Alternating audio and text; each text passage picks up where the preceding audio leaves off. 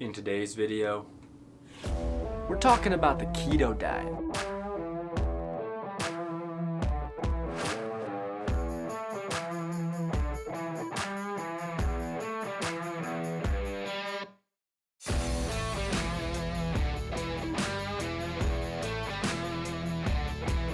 Welcome to the video, guys. My name is Tyler, also known as the Fit Chemist, and I help people take control of their lives by taking control of their fitness and nutrition habits so that ultimately we can lead healthier and happier lives. So if you're new here, welcome. Please consider subscribing. Turn those notification bells on so you don't miss when I post new videos. And if you are returning, welcome back. I'm so glad that you are here. In my last video, I talked about sugar and how it relates to fat loss. I answered the question, is sugar making you fat? So if you haven't already seen that, go ahead and check that out. I'll put a little time card somewhere up here. You go ahead and click on that and go watch that video and come back to this one.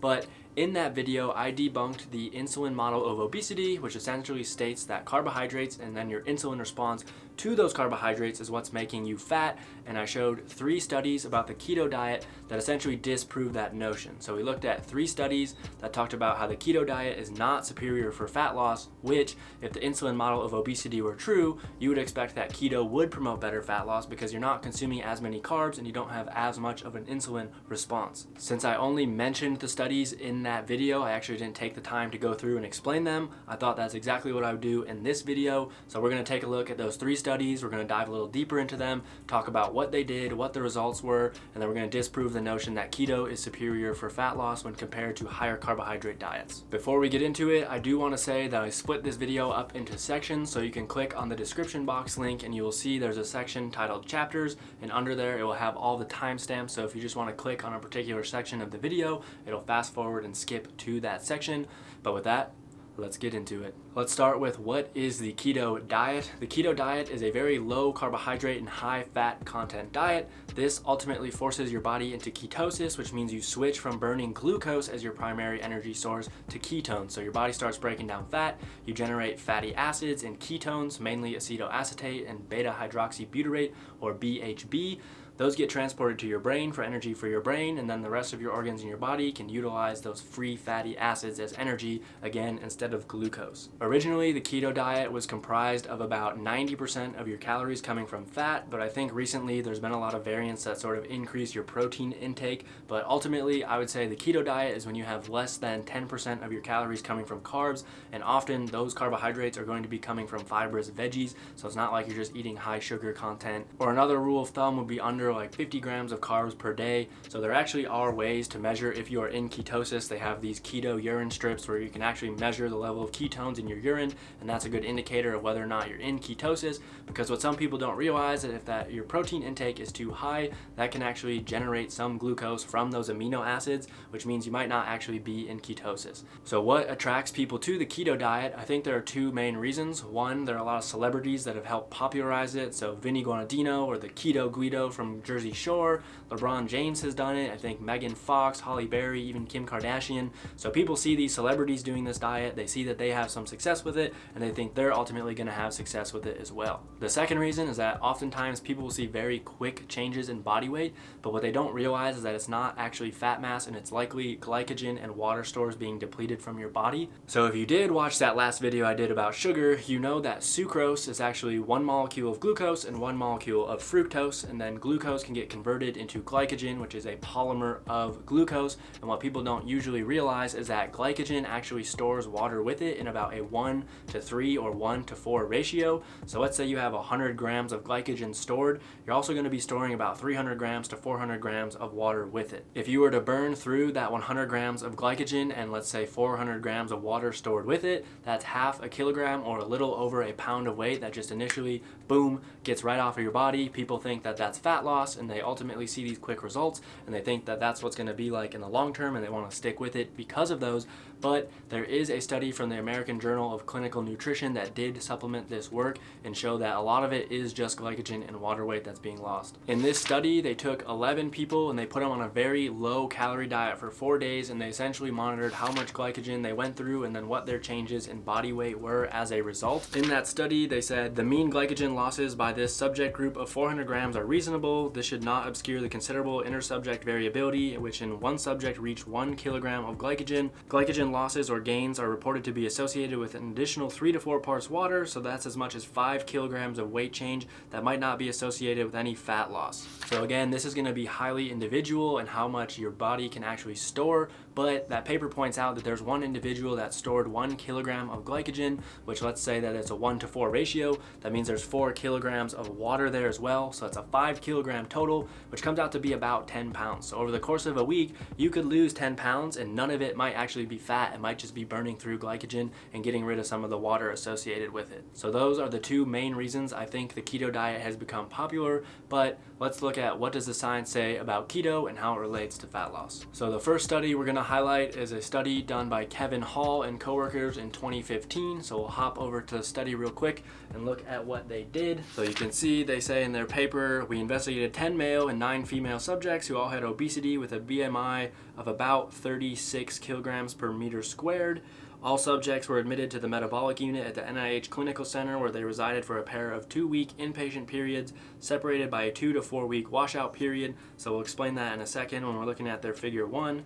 And they say for the first 5 days of each visit, they consumed a eucaloric baseline diet, or that's a fancy term for saying maintenance calories, composed of 50% carbohydrate, 35% fat, and 15% protein, with a total energy content of about 2,740 kilocalories per day, or calories per day, which was not significantly different from their average total energy expenditure. If we look at figure 1, you can see the people were randomized into 2 different groups. So both groups went through a 5-day eucaloric baseline diet, which again is maintenance calories for 5 days. And then after those 5 days, they were put in either an RC, reduced carbohydrate diet, or RF, which is a reduced fat diet.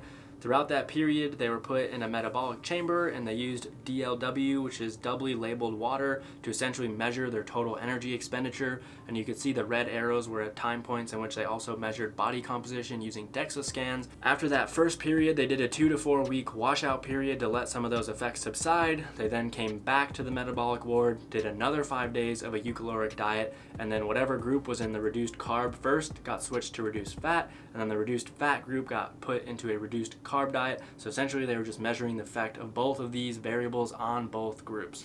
So if we take a look at figure 3, we're going to look at D, E, and F. Starting with D, this was their cumulative fat change. So the reduced fat group is highlighted in a red line and the reduced carb is in a blue line.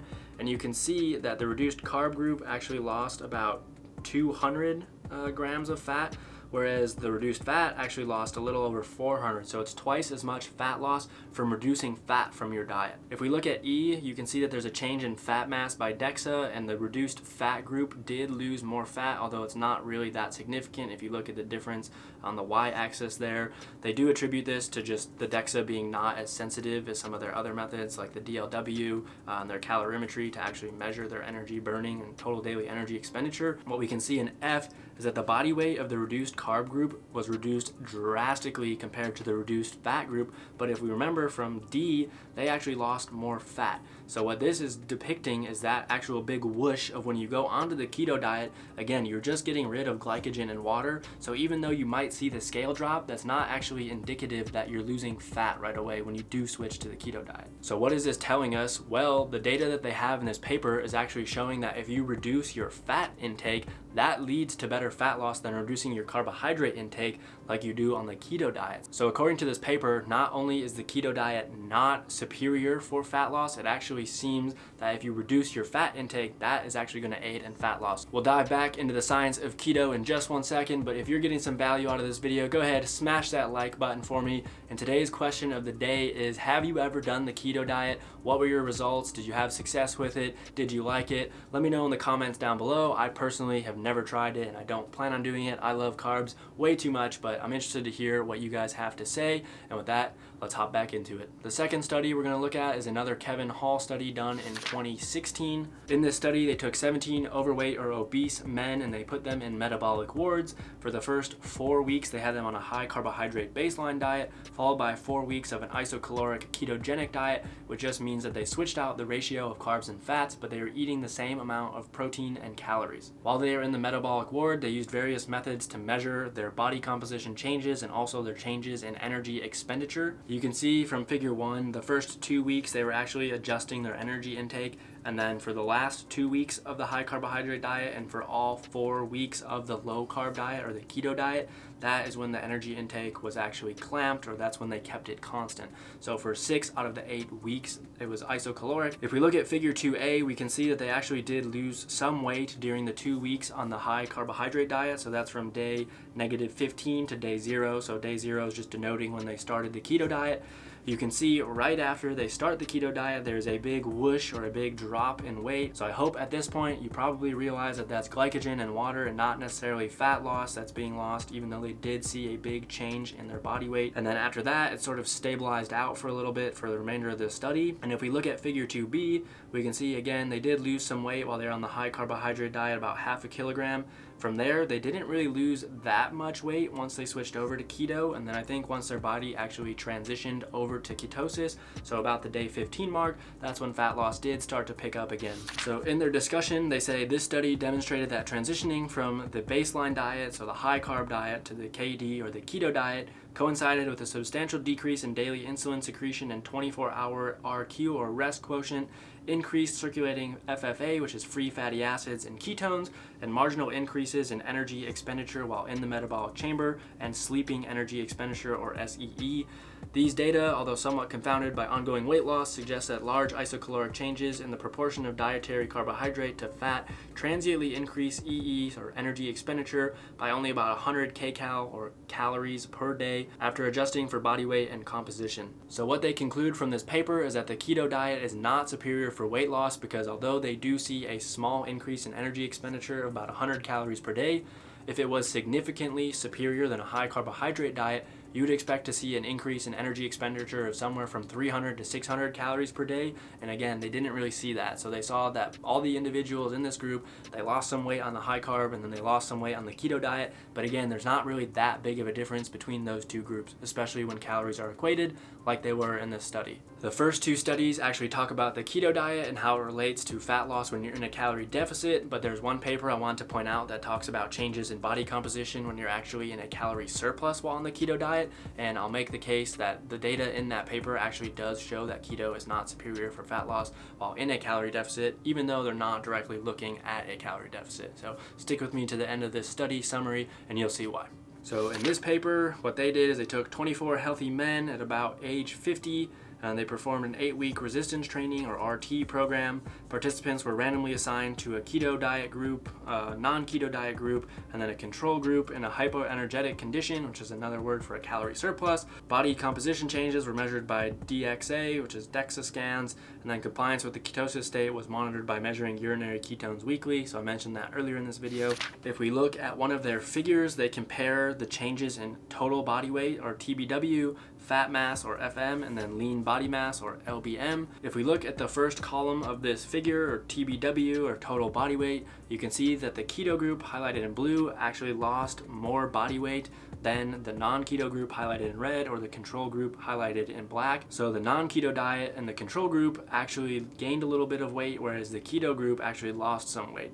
If we look at the fat mass column, or the one in the middle, you can see that of the 3, the keto diet did lose the most amount of fat, although it's not that much. They lost about a kilogram, whereas it looks like the non-keto group and the control group lost about half a kilogram. So you're talking about 1 pound difference maybe during that 8-week period. And then what I think is most important, you can see that the keto group actually lost a little bit of lean body mass, so not that much, but it's significant when you're comparing it to the non-keto group and the control group. So both of those groups gained anywhere from 1 to 1.5 kilograms of lean body mass. So in their conclusion, they say, according to our results, we concluded that subjects who underwent resistance training during a keto diet experienced a greater reduction in fat mass and visceral adipose tissue when compared to the non-keto diet group. They also go on to say that indeed this research showed no significant changes nor effect size on lean body mass despite hyperenergetic condition and high protein intake in resistance trained men of the keto diet group. Again, this paper is not looking at a calorie deficit and weight loss for keto diet, but it is looking at a calorie surplus and how that affects the body composition of resistance trained individuals. I do think it makes the case that keto is not superior for fat loss, mainly because when they were on the keto diet, they did not see much of an increase in lean body mass, even though they were in a calorie surplus. So what I'm going to do is extrapolate that data and say, well, if you're not really gaining that much lean body mass in a calorie surplus, if you're at maintenance or even in a deficit while on the keto diet, I would imagine that one, it's going to be even harder to gain lean body mass than it is in a surplus. I would also speculate from the data on this paper that if you were in a calorie deficit, that you might actually lose a little bit more lean body mass than you would if you were eating more carbohydrates, just because again, when they were in a calorie surplus on the keto diet, they weren't gaining that much lean body mass. So I'm inclined to believe that if you're in a deficit, it's going to be harder to build that lean body mass and you might actually lose some. But again, this is just merely a hypothesis that I'm putting together based on the data in this paper. If someone has a paper to either prove me right or prove me wrong on this particular topic, feel free to send it to me. I'd love to learn some more about it. Hopefully, if you made it this far in the video, you now understand why the keto diet is not necessarily superior for fat loss. Ultimately, the biggest driver for fat loss is going to be a calorie deficit and adhering to a diet that allows you to create that calorie deficit. So again, if you are someone who enjoys eating carbohydrates, the keto diet is not going to be for you. Conversely, if you don't think giving up carbs is going to be that difficult and being on the keto diet will actually help you sustain a calorie deficit, then going on the keto diet might be something that will work for you. Again, it's going to be highly individual. The biggest driver for fat loss is going to be a calorie deficit. Alright guys, that's going to be it for today's video. I hope that you enjoyed it. If you did, please give it a thumbs up. Let me know in the comments down below. And again, if you're new here, be sure to subscribe. Turn those notification bells on because I post new videos every single Friday. You do not want to miss when they go live. And with that, I'll see you in the next video.